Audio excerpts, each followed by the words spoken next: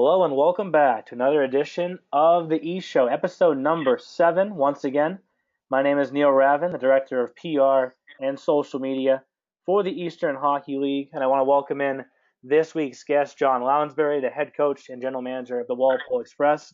Welcome to the E Show. Thanks for having me, Neil. I've finally been waiting to get on the show. Exciting times here. So we'll jump right into it, Jon. We'll talk about this year's team first. You've obviously been with Walpole for a few years now. How does your team this year compare to previous seasons? That's a great question. I think the special thing about this year's team is they're just a really tight-knit group.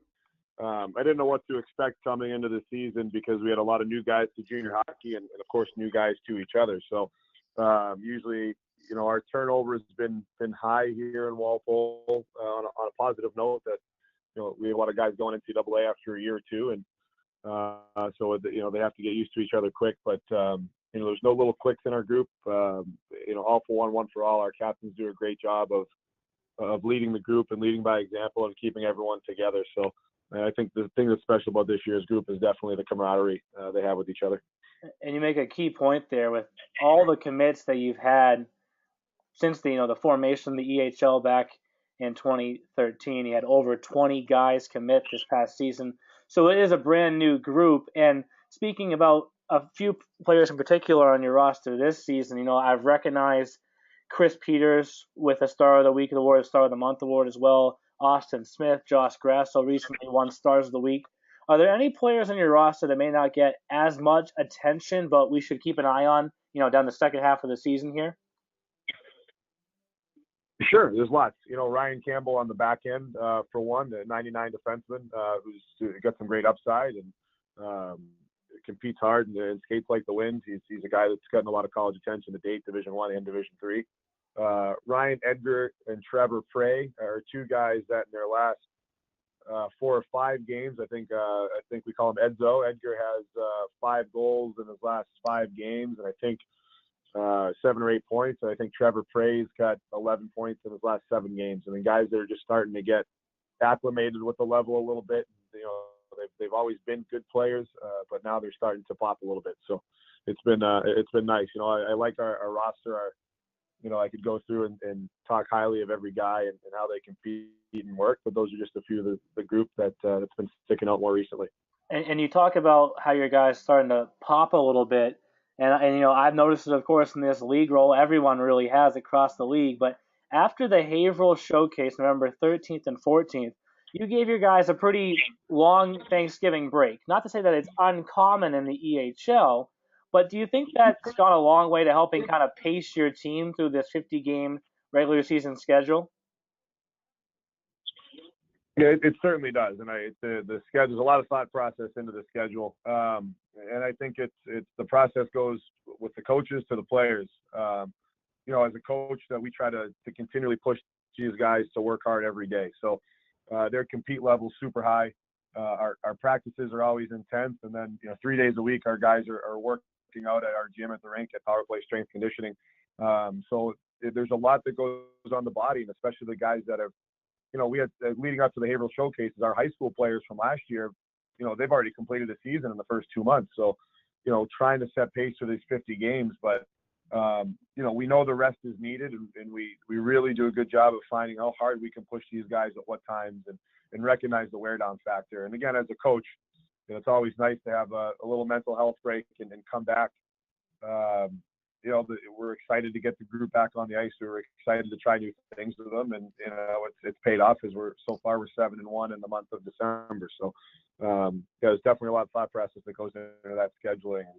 It allows us to push our guys a little harder the times we have them. Yeah, you took my thought right off of there, just mentioning the record of what you guys have done since 16 days off, and transitioning now in my next question here. It is a long regular season. Of course, there are many end goals in sight, that the top one being an EHL championship. But right now, you're in a tough battle in the North Conference amongst a number of different really good teams.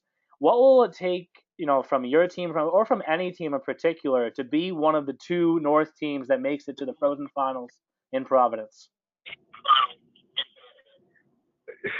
I think it's going to be attention to detail. We've got some great coaches in the league and in the North between Rich and DiCaprio and Chris Sorrell have done a good job with their teams. And, we all have comparable teams. I think we're 500 across the board with those teams. And it's attention to detail. Any one of those teams can win on every given night. And the team that's going to pay the most focus to the details of the game and play the game the right way are going to come out with success. So for our guys, it's preparation like any other day, and it's not getting ahead of ourselves. We tell our guys, we play 200 feet at a time, and it's not about the next game, the next period. It's about the next shift. So just trying to keep the guys focused and playing the game the right way, because if they learn to play it the right way, it's going to bring more college attention, and it's going to pay off, tenfold at the end.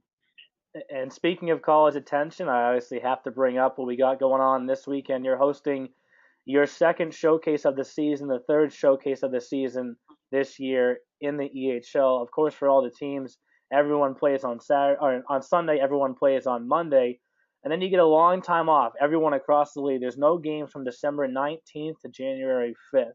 What are the key details that go into a weekend like this, and what do you tell your team to try and ease the pressure of showcase play?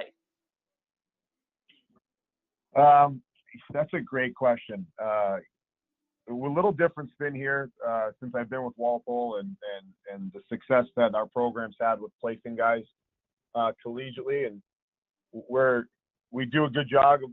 Like other teams, we do a good job, but we've been one of the top in the league each year in and out of college placements. So I tell the guys, I just said, listen, people are going to want to watch our team play, whether it's Sunday, whether it's Monday, whether it's January 6th or 7th. So don't let one game dictate your future. It's just another hockey game. It's just another day. Our track record speaks for itself. So, you can't put all your eggs in a showcase game. We just want to compete and, again, play the game the right way so we can get that attention.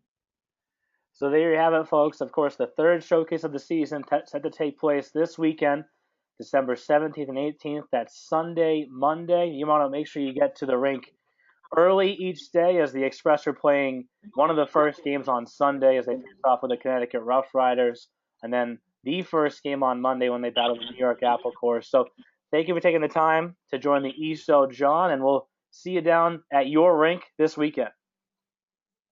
Look forward to it, Neil. Thanks again, and have a great day.